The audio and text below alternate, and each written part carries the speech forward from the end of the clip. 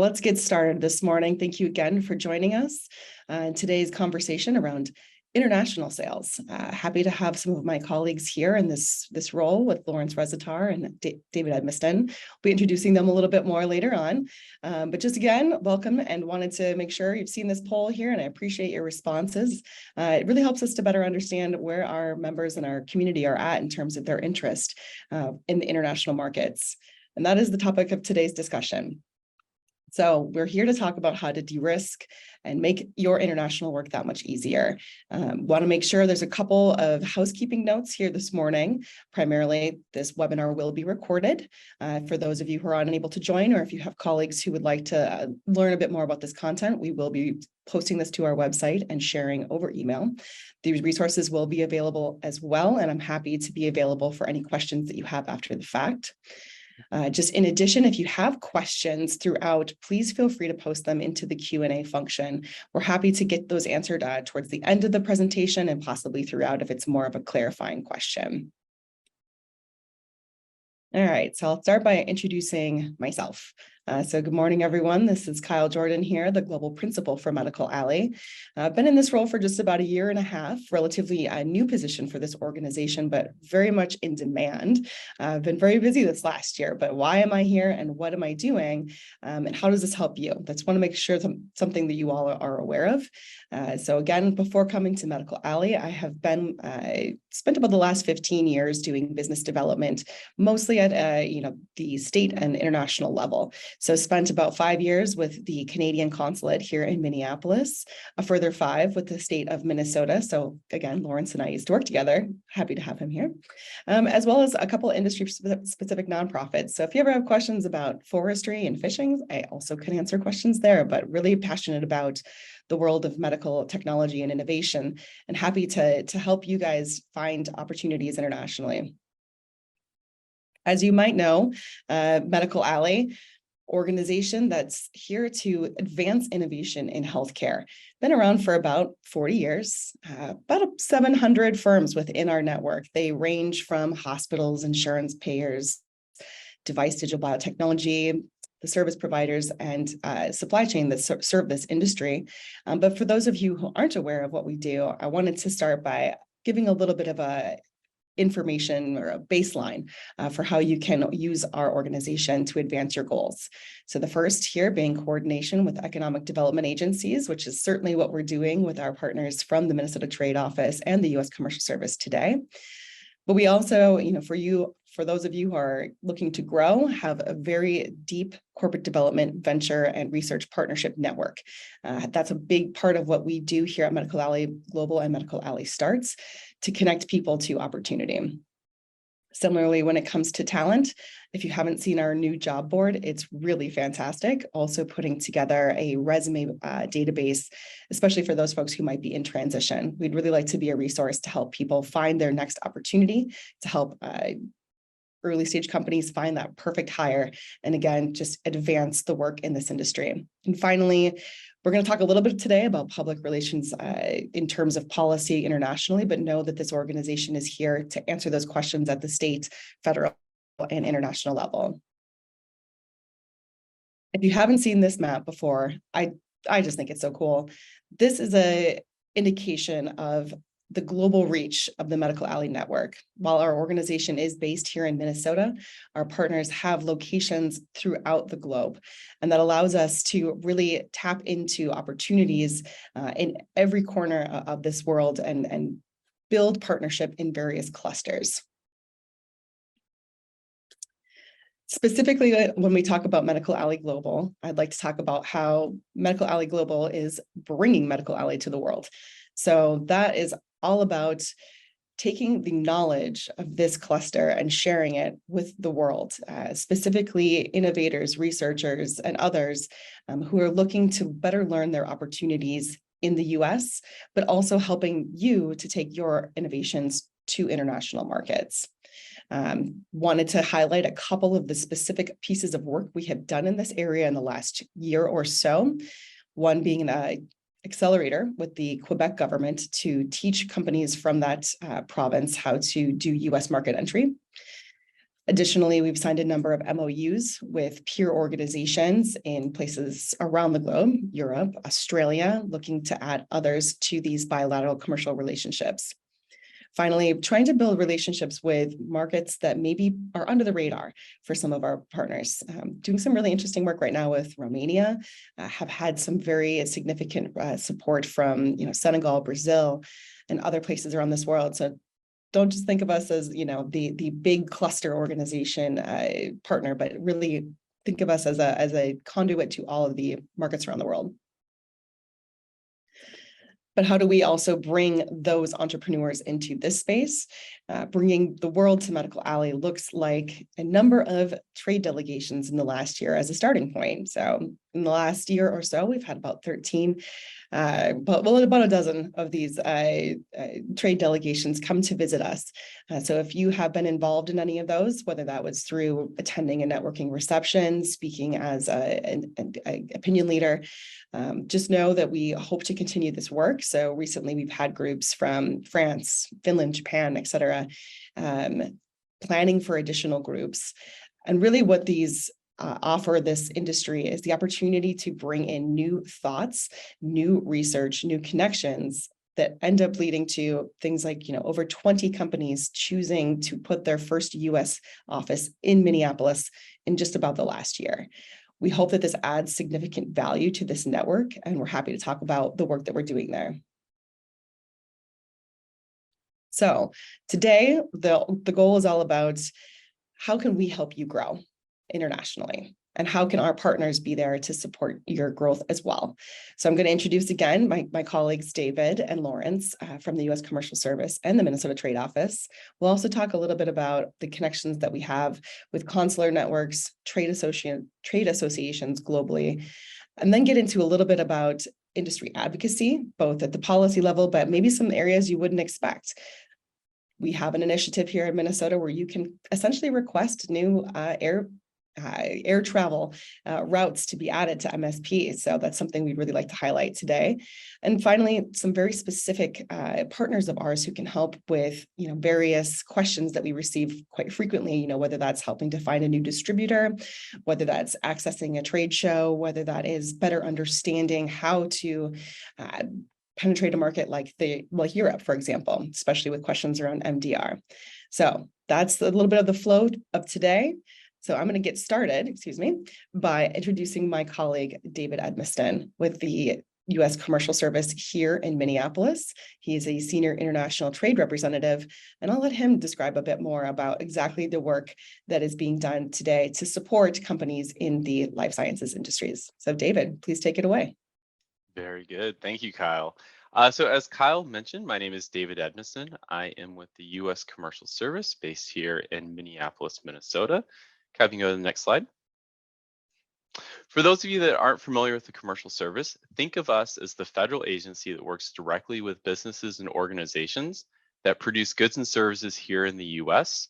to help those U.S.-made goods and services get to international markets. Basis for this is kind of the big idea is the more U.S. exports there are, is supporting more jobs here in the U.S. Next slide. So number one takeaway from my presentation is getting an understanding of our global network. Domestically speaking, we are in a little over 100 offices. I'm based here in downtown Minneapolis. My role then is to serve as the direct point of contact to businesses across the state of Minnesota, kind of solve what I can solve locally in the trade-related space, and then serve as kind of a knowledge broker, project manager, facilitator, that type of role either to other organizations here locally. So if I were to meet a healthcare company that was not familiar with Medical Alley or Lawrence and his team at the Minnesota Trade Office, I would help facilitate those introductions.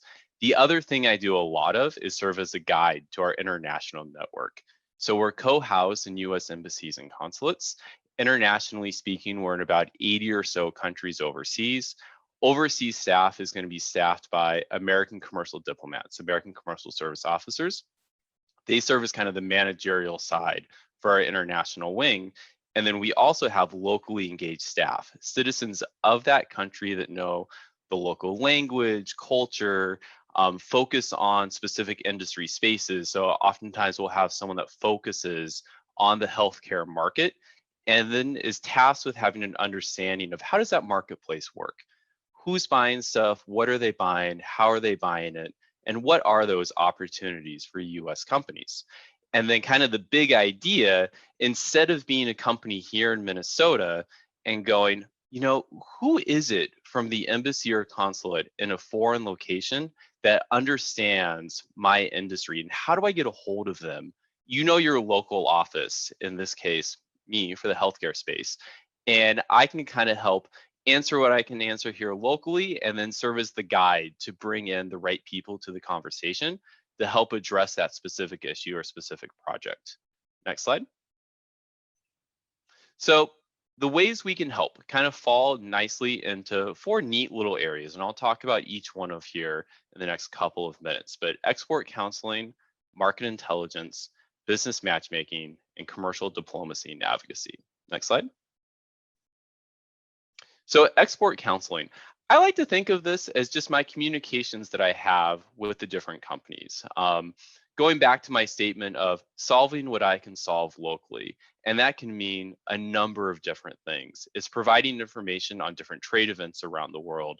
It's helping to bring in different trade statistics or trade reports that our offices overseas are putting together. If there's someone's newer to exporting and has questions on basic regulatory environments. How does a CE mark work? Or what is the regulatory regime in Canada?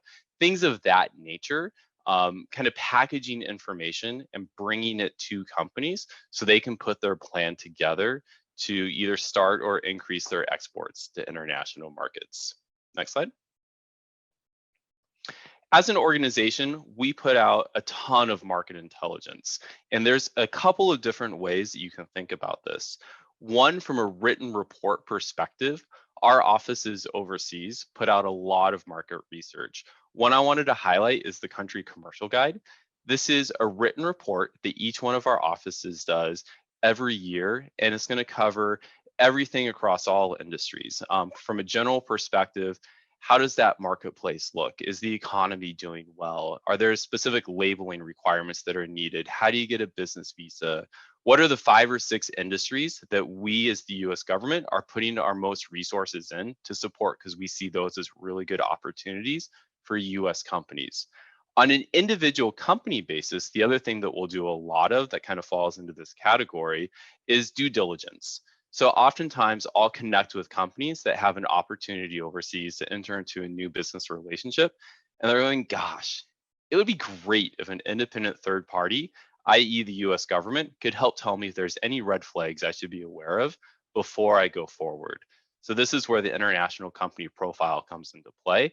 Think basic financials, research that's done overseas, in the full version of the service. We'll even have our office connect with that business entity to have a conversation. And what you get back from us is a report of, here's everything that we found, and any red flags that you should be aware of before you go forward. Next slide. What we are probably most famous for is our ability to do business matchmaking. This is often set up to help companies find distribution partners in international markets. The way it works is a company will come to us and say, I'm looking to start a new relationship with a company in this place. I would like them to fulfill this type of role. We'll have you document out all of that, who you are as a company, what your value proposition is, document that out into about a 4-page questionnaire. I would provide that to our office overseas, connect for a conference call, myself, you, international office, to kind of talk through the realities of that marketplace, how it works, how your product might fit into that marketplace, the types of folks we already know, and kind of come to an agreement for the outreach that we would be doing. Then the office overseas would actively canvass that marketplace to find potential fits for you on your behalf. What you get back from us is then one of a few different options. We have basic reports of the outreach that we did, contact information of folks that are interested in connecting with you, and we can provide that to you, and then you can go forward and do the outreach on your own with those kind of pre-vetted, pre-established leads. We can also set up a series of virtual meetings, or what we're really famous for is our Gold Key service, which is where you can physically go to the international location, to the international market. And my international colleague would preset a day's worth of meetings and accompany you to those different meetings, usually about 4 to 6 meetings or so over the course of a day, in the hopes that one of those meetings would result in a new business relationship. Next slide. As the US government, we also get involved in some commercial diplomacy issues, kind of trade barrier, trade dispute type things. But the one I wanted to highlight was the Advocacy Center. If you find yourself in the position of bidding on a foreign government tender and there's a public facing RFP, know that the Advocacy Center exists. It's also housed within the Department of Commerce, and it is the way that you can get US government support to advocate for you on, well, we'll advocate for you on your behalf for that tendering process. So if anybody's in that situation and would like to know more, I encourage you to reach out to me after this program. Next slide. And then the last thing I want to talk about, so I'm within the US Commercial Service, which is part of the International Trade Administration, which is part of the US Department of Commerce. Within the International Trade Administration, all of us that focus on the healthcare space are part of the healthcare and health technologies team. So it's the way to bind together people, not only across the US, but around the world that cover healthcare. And it's our vehicle to work on common projects that impact the healthcare space. So that's trade missions, trade shows, market intelligence, virtual programs, things of that nature. On our website, you can see on the slide, there is a specific link to our healthcare team page. There you're going to find a full listing of upcoming events, links to different market intelligence reports, and also a link to sign up for our monthly newsletter. Once a month, we'll send out an e-newsletter, highlights events. It has different trade leads that are available, resources people should be aware of. It's a screenshot of the top part of it that just went out earlier this week. So if you don't receive that newsletter yet, I would strongly encourage you to do so. Next slide. And then the last thing I'll say, I am the current point of contact in the healthcare space. Oh, you can go back. I'm the current point of contact in the healthcare space for our office. I know the industry, I've covered it previously, but actually Bailey Roll is the normal kind of ongoing point of contact for our office going forward. He's currently out on leave, but will be back this fall, and his contact information is there as well for future reference. And with that, Kyle, I'll hand it back to you. Thanks, David. Apologies for getting ahead of myself there on the slides a little bit, but really appreciate your presentation. And as we kind of go from the federal level, now we're going to talk about more of the state level with my colleague here, Lawrence Rezatar, who directs the strategic direction of our Minnesota Trade Office. So Lawrence, please take it away. Thanks, Kyle. Thank you all for joining us this morning, or if you're watching on video, taking the time to watch this. It's really exciting if you're here in Minnesota that you have not only the federal resources, but you have state resources. And hold on for 1 second. I'm just getting something on my audio. Give me one.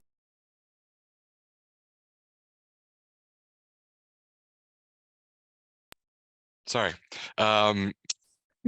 So the state of Minnesota, much like the federal government, has an international commercial office, and it's the Minnesota Trade Office. We sit within the Department of Employment and Economic Development.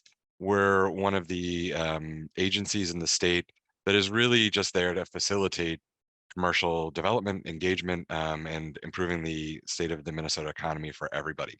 There are a lot of different agencies within state government, but DEED, as it's known, and its acronym, is sort of unique in that we don't really have any enforcement or regulatory authority. We're just there to try to facilitate. And that is where we both handle the employment and the economic development side. The trade office is one of the divisions on the economic development side. And as David and his team are the international commercial diplomats at a federal level, we're the same at the state level. There are 3 responsibilities for our office.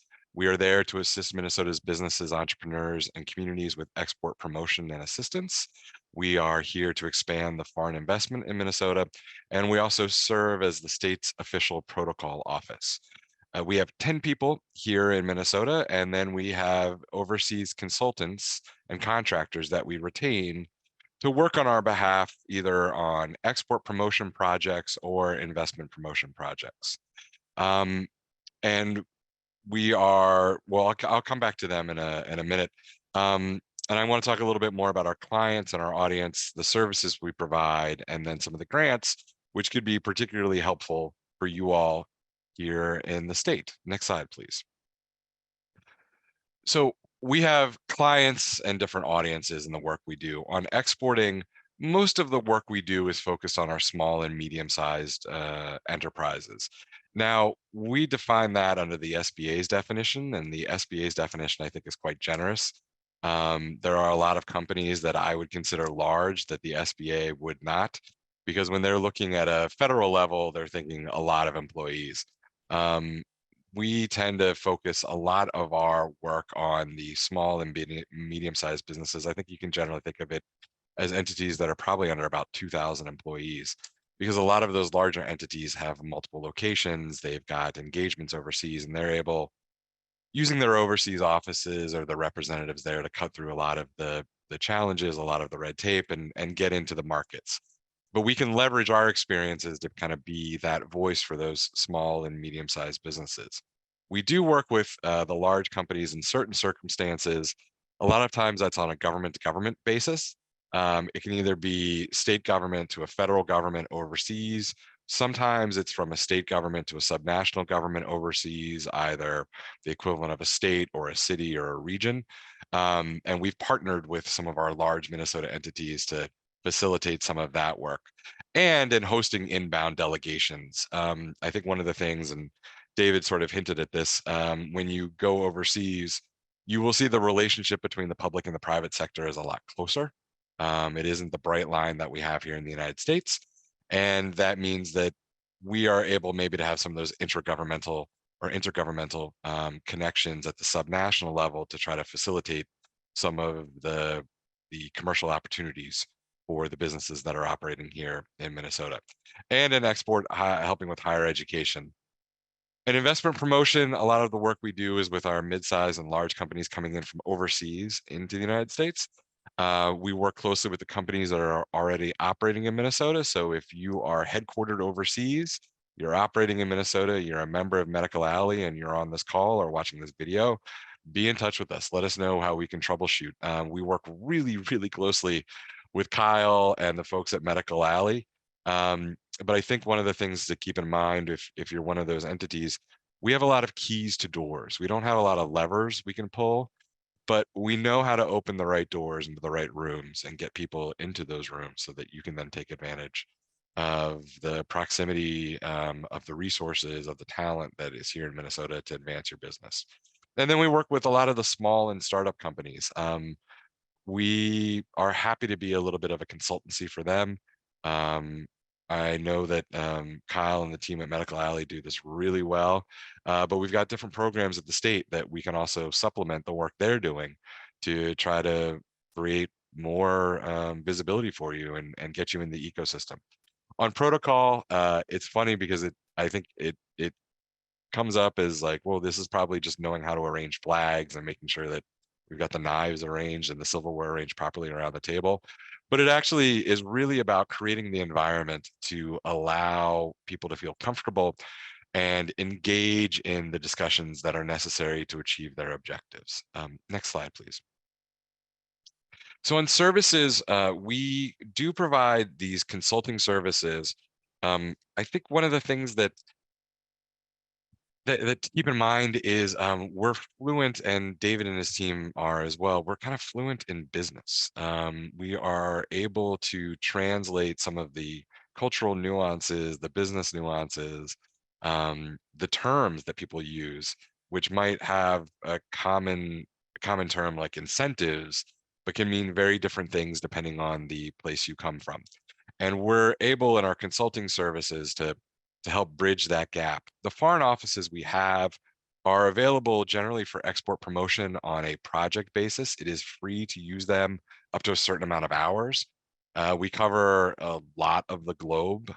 We have 5 offices that we contract with directly that cover Europe, the UK and Ireland, Canada, Japan, and I'm blanking on the 5th right now. But those offices are there to really facilitate your engagement with it. And if you've got a project and you want to do a little bit of work there, and I think we're going to get into some Q&A, you can come to us and we can kind of do a write-up, workup for you at a basic level. Then we do research in the same way that David and his team do. It's just another research avenue that we can provide and help you figure out what's going on in that market, give you some good data on it. I mentioned the governmental assistance. It's domestic governmental assistance, foreign and subnational. And a thing that we do and we're known for is leading delegations to trade shows and missions.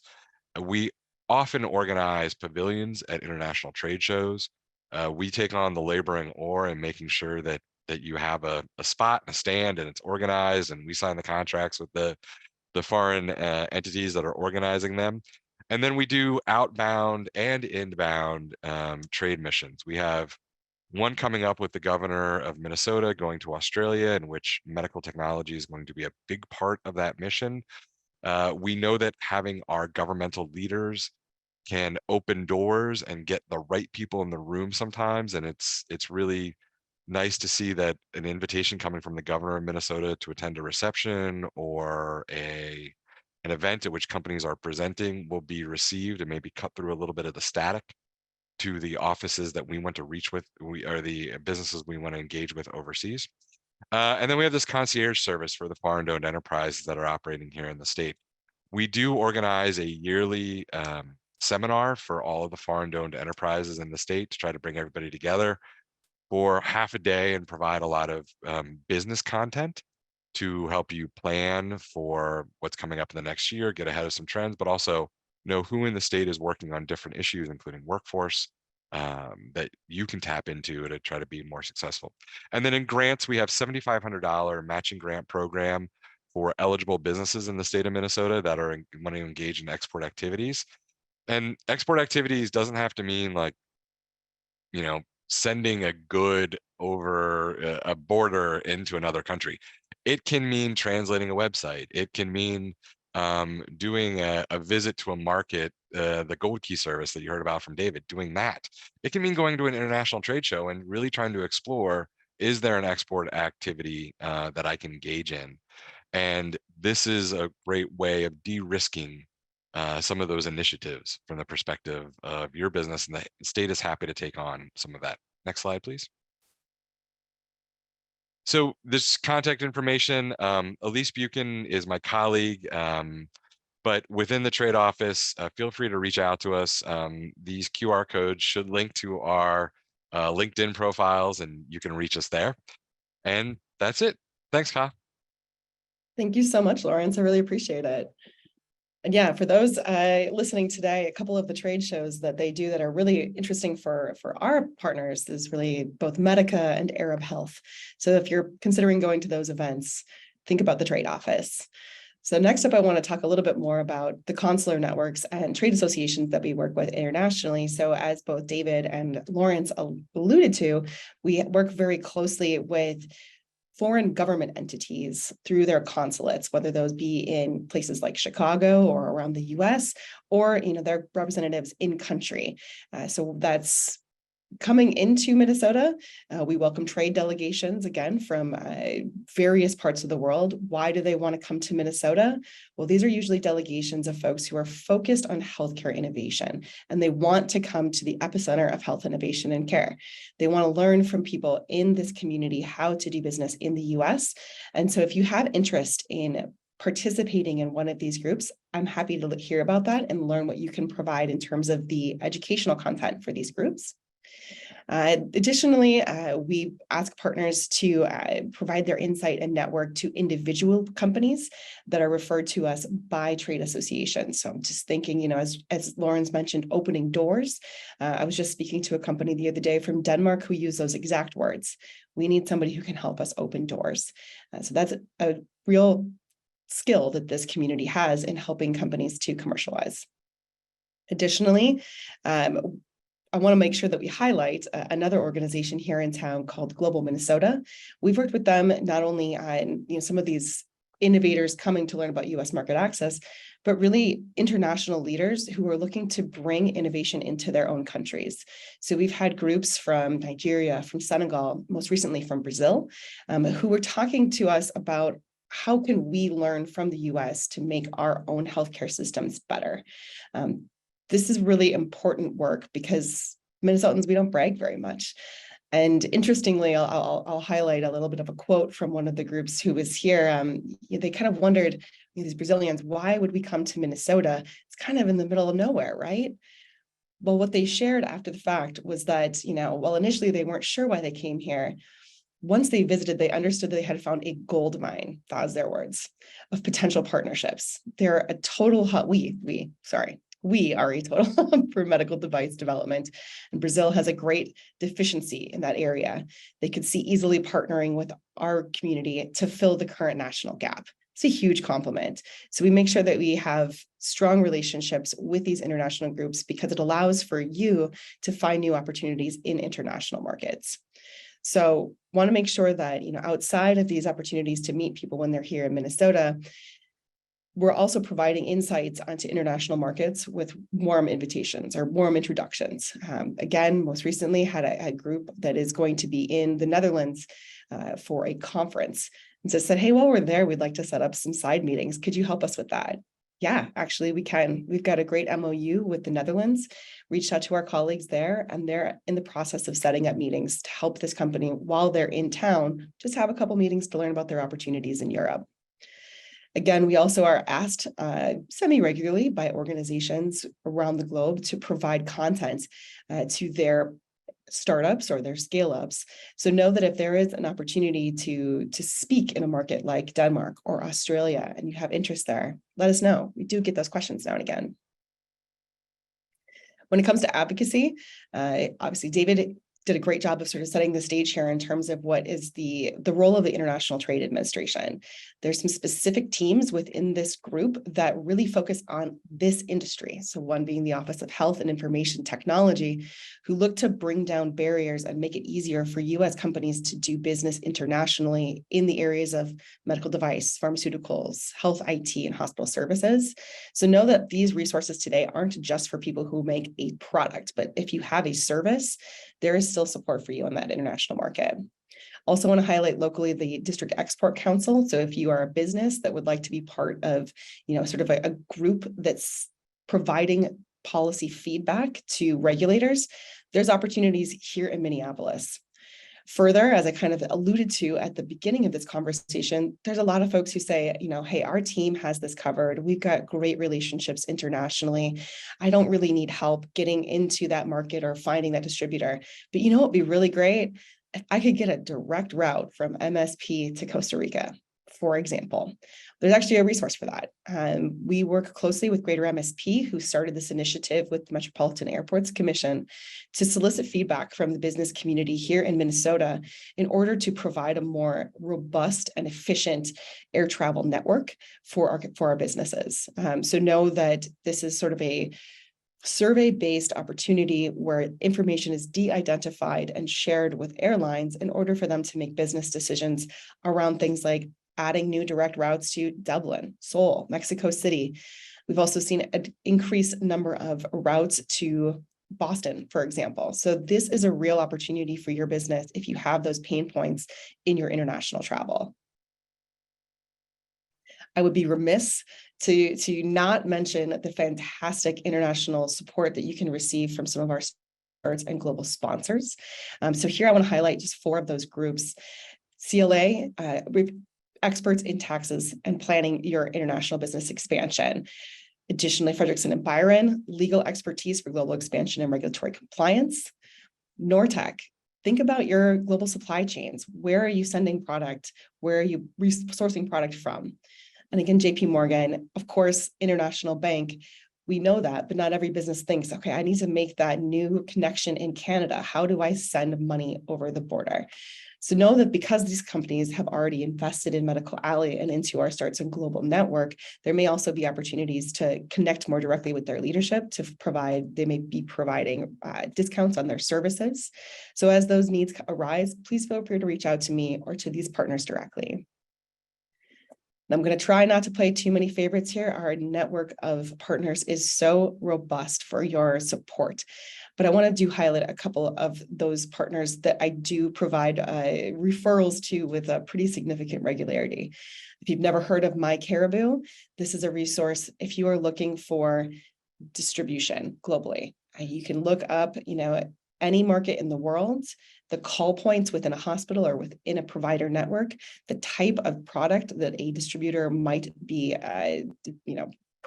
servicing, and start that process of finding your new partner in, Korea, in Southeast Asia, wherever that may be for you. This is a great resource. Additionally, we have access for the European market is very common because of the questions around MDR these days. There's some really great resources from groups like Colms Consulting, TwoSuit, RQM Plus that can answer those questions that help to navigate the difficulties of this regime right now.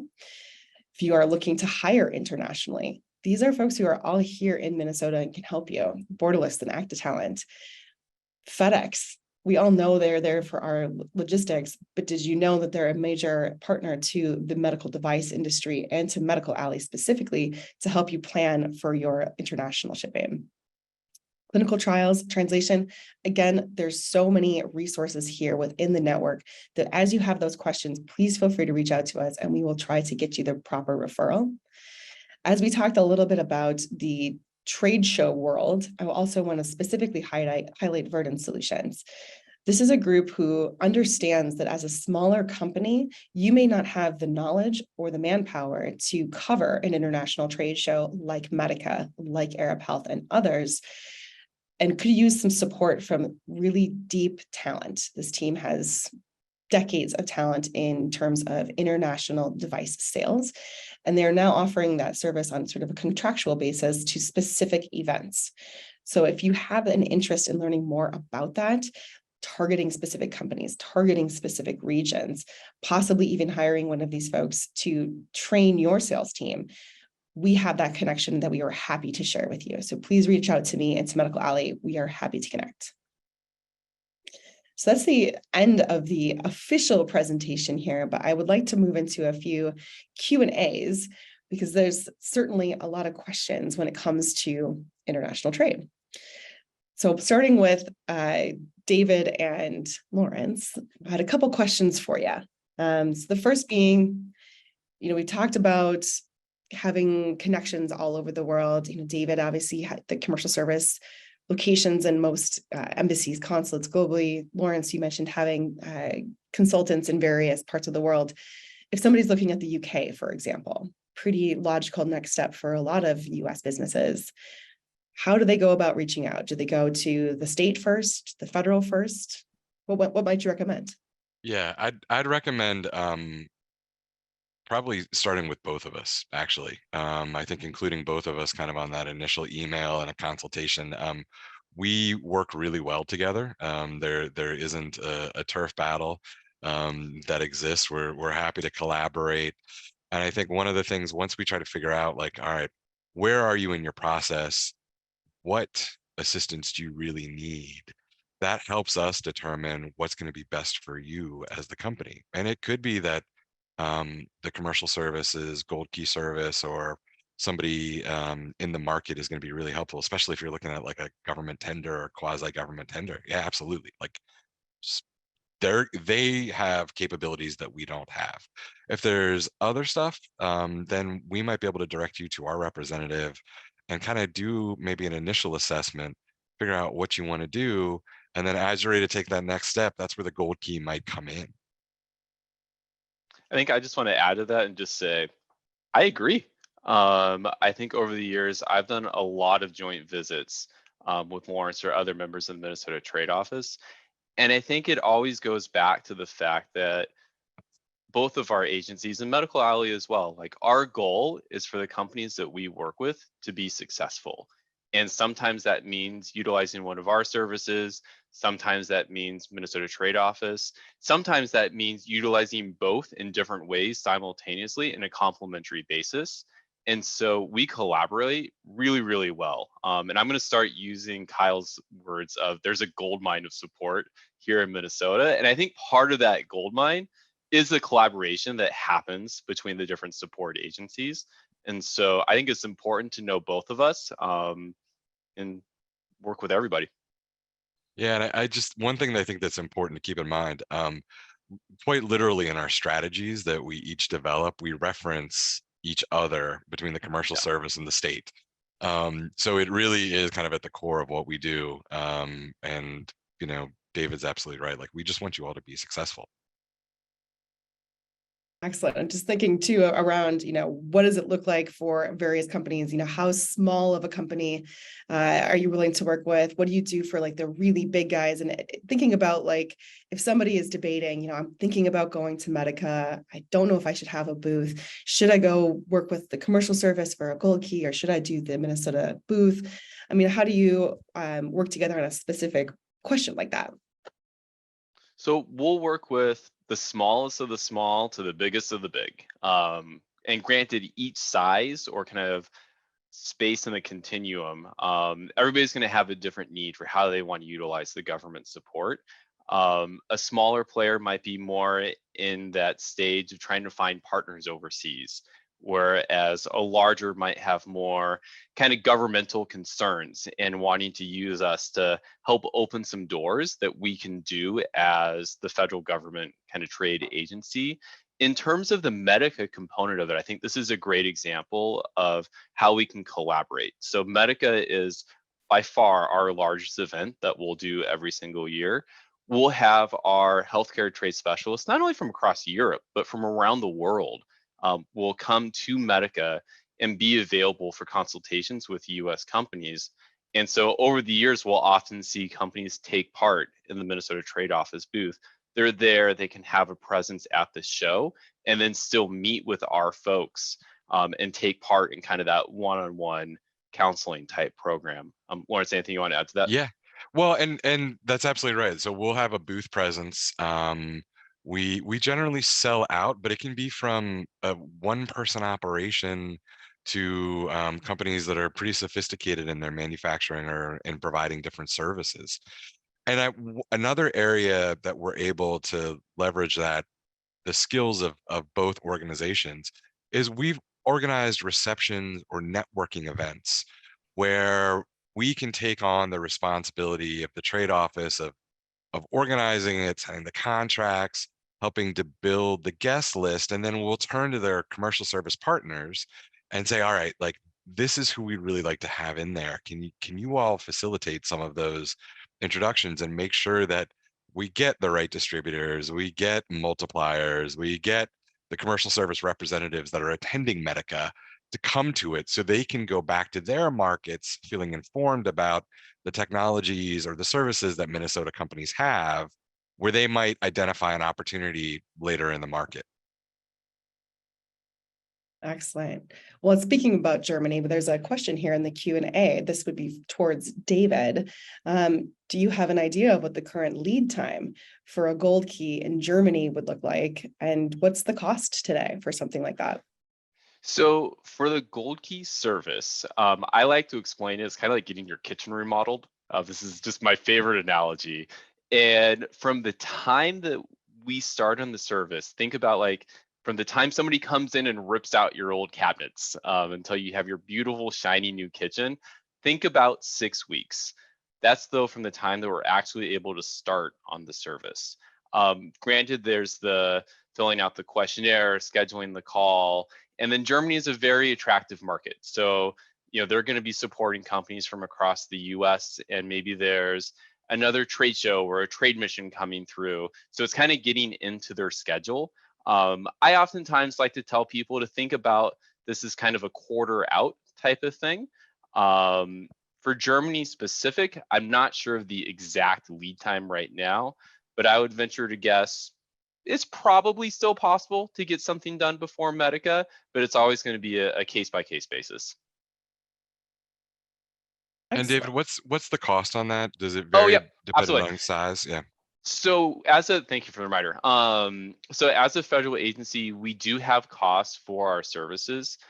When we have specific market intelligence reports that are already in of existence, we just want to distribute those and get those into the hands of US companies. When we engage on a specific service for a specific company that's a specific scope of work, we do operate on a cost recovery basis. It's a tiered pricing structure, small companies, medium-sized companies, and large companies. So you're a small company if you fulfill the SBA size standards for being a small entity. For a gold key service, for that 1 day of facilitated in-country meetings, that would be $950 for our facilitation process. Of course, your travel expenses and hotel and transportation would be on top of that, but that would be our fee for it. Unbelievably affordable. Yeah, I mean it's really pretty fantastic, and I think we offer some the similar resources. I think if it's a little bit more discreet, we can do that on a project basis at the trade office using our consultants. I was trying to find the chart of like what is actually a small and medium sized and large business by the SBA. And I have this download, but it like I think it starts around like So it's small per businesses, NAICS code. right? So the And so industry that you're in. the But industry, and most of them, for most industries across all industries, 500 employees is yeah, usually a good rule of thumb. Some are going to be higher, some are going to be lower. It's like based there's off of some industry NAICS code. manufacturing that it might be 1,000. Sure. Right. And I just one of those things, like it's sort of a level setting exercise. If you've got 250 employees and you're in Minnesota, you're probably still a small business under the SBA. So Yeah. like don't worry, like, oh my gosh, we might not qualify. Like that's okay. Love it. Well, I've got a fun one for you then. So I know here we field all kinds of questions from folks just trying to better understand, is there a resource for this? Is there an answer for that? Can you guys each give an example of a time you received a question that, maybe somebody thought you wouldn't be able to answer, but you were, something that our audience might not expect? Yeah, I've got one that we had with a large multinational, well-known thing, and it was a very specific question.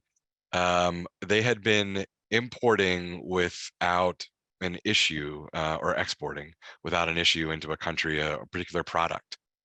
And all of a sudden, at this one location, the categorization of the product changed just out of the blue, and it was now put into a different category. And it was the sort of thing that this was a large multinational who you would think would be able to like get an answer from somebody, and they couldn't. And it just kind of popped up in a phone call with them as an aside, and we were able very quickly to get through the national, the foreign government to the subnational government to get an answer on what had changed and why. And we found out that it was actually just a clerical error. Somebody punching a code in had transposed a couple of numbers, but getting to that person, they weren't able to do it as the business. And so it was like sort of a fun little project that really took us a very short amount of time to rectify. Another one was we had a business that was exporting that needed some certification that we do not offer in the United States, and there is no entity that offers that certification. And working with some other partners, we were able to create a certification process where we could certify to this thing, because there really isn't. It was sort of a de facto certification if you're operating in the United States of it, and we were able to provide this paper which allowed the entity to then export the product into the country. Some great stories. I guess what I'm thinking about is not as much of a specific example, but more why I love what I do. And so in the healthcare space, it can mean so many different things. And my role is to serve as kind of that knowledge broker, facilitator, kind of keeper of information. And so on a daily basis, I get to talk to healthcare companies that are really doing amazing cutting edge things. And as they're looking to international markets, our folks overseas are able to provide that on the ground expertise. And then as there's something more nuanced, if they're having that job of how does that ecosystem work, maybe they're then bringing in equivalent partners on their side. And before you know it, you're on a conference call learning about an incredible cutting edge technology. And what is this is a call I had last week. What does the regulatory environment look like in Saudi Arabia for a cutting edge piece of technology? And how do you then get qualified for kind of a fast track registration approval process? And then I just find myself sitting there and going, wow, I am incredibly privileged that I get to like learn and take advantage of this. So it's more of just kind of the variety of things that we hear and bringing those experts to the table. Yeah, if I could pick up on that too. I think one thing that we understand and David's team understand is like there's your customer on the other side, there's the entity that is paying for it, and they might not be the same, and then there's the entity that cares about it. And it's easy when they all line up, right? One thing I think that is sort of important to keep in mind in this area is when you're looking at your overseas customer, the person you're actually maybe signing the agreement with might not be funding it. It can be funding from a different organization, but the organization that really cares about bringing this technology and deploying it might be another entity. And between our organizations, I think we're pretty good at sussing out like who actually is your real client in this, and who do you need to convince that they should be purchasing your stuff, or they should purchase it at the price you want or for the span you want. Perfect. I think that's part of the reason like we really wanted to do this webinar today is because we're seeing these questions come through. And in my mind, I'm like, oh, I know that these organizations can very easily answer these questions, but I suppose the joys of every government and nonprofit organization is the inability to market the services, you know, without much of a budget. So happy to try to get the word out about the great work that both of your organizations are doing. Truly appreciate your partnership in all of that we do. I think it's very important for our network, for our partners as well. But as we come up to time here, I'm not seeing too many other questions. So I just want to thank both of you for your time this morning, for your partnership, and continue to look forward. I look forward to continuing to work with you. Thanks, Kyle and David. It's awesome. Thanks, Kyle. For the members on Medical Alley, you couldn't have a better organization to be members of. Everything they do is a gold standard. It's amazing, and we as a state are lucky to have Medical Alley headquartered here. It's an amazing asset. Well, thank you. Gold mine, gold key, gold standard. That's the goals today. Well, thank you everyone for joining. Enjoy the rest of your day.